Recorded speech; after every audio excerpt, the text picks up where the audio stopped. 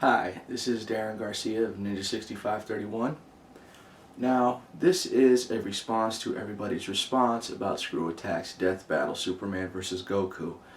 Now, I found their description to be very accurate on both sides. Granted, I'm a big Goku fan, but I knew pretty much that Superman was going to take the fight. The problem that everybody seems to have is the fact that everybody's just hating on Superman. I don't get it. I really don't. People try to complain that, oh yeah, mangas are better than American comics, and yet I know people that'll say mangas are a complete waste of time and American is where it's at. The biggest problem with this is the fact that nobody seems to realize that the art of storytelling differs from cultures. So in Japan, you have one set culture. America, you have something totally different that borrows from other different places, but still American at its core. Now, for the most of you who just say that, oh, Superman's not as good as Goku, you're just hating. No ifs, ands, or buts about it. You're just hating. You have no logical explanation as to why you feel that Goku should have won the fight. Therefore, your opinion doesn't matter. Now, one guy, Samurai Bob, he had a very, very educated opinion about it, but I still disagree. He said that, Goku could have teleported Superman to a red sun. Now keep in mind, Goku's never had any formal education. Now, he wouldn't know that Superman is weak from a red sun. The only thing he knows is that he gets his powers from the sun. And he's smart. I think he would be smart enough to know that the sun is a star.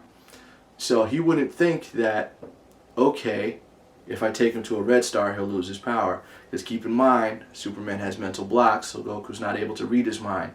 Goku's only able to know that he gets his power from the sun. He doesn't necessarily know that, oh, if I take him to a red sun, it doesn't burn as hot, therefore it doesn't give him any power. And even if he did know, just like with the kryptonite, he wouldn't teleport Goku to a red sun. In fact, if he knew that a blue sun made him more powerful, he would teleport him. If he knew where a blue sun was, he would teleport Superman to a blue sun to make Superman more powerful and exponentially decreasing his chances of actually winning. Now, I've always admired Goku more than Superman because back in the day, Superman was just the, I'm Superman, I'm perfect, I stand for truth, justice, and the American way. And obviously that got entirely too campy too fast. And for whatever reason, that's all people seem to remember about it. As, time went on, the art of storytelling progressed thanks to Marvel's Fantastic Four.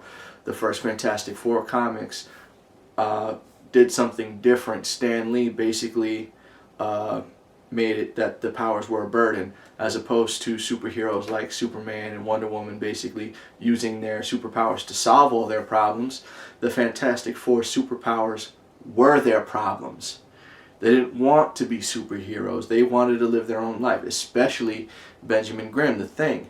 He didn't want to be walking around like that, and unfortunately that's something he has to deal with to this day. And Goku, like I said, one of the biggest, and I absolutely love this, the biggest moral of the story of Dragon Ball Z is basically keep on trying. Keep on trying. And basically just the experience make you stronger and you just continue to get better at it. I love that about that show. And, even now that they're getting rid of Dragon Ball GT, thank God.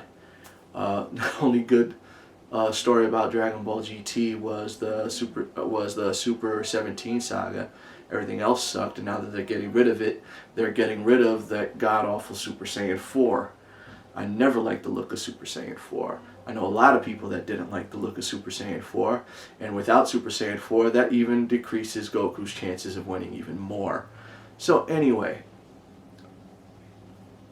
for everybody else's opinion on this, I feel like Screw Attack did a great job in setting the stakes exactly how it was supposed to be.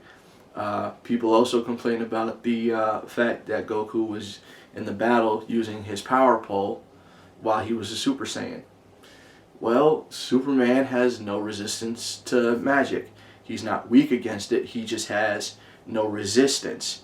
And Goku's Kamehameha and any regular ki blast that he would do would have no effect, because it's basically ki is basically Goku exerting his energy. His energy would be nothing more than just another punch, which Superman is more than capable of taking, obviously. Now, don't get me wrong, like I said, and I've always been, much bigger fan of Goku than I am of Superman, but I've always given Superman his respect. Ever since I was a kid, even up until now, he is the Man of Steel, and he was established as probably the most powerful superhero, in comic books from, long before Goku was even thought of.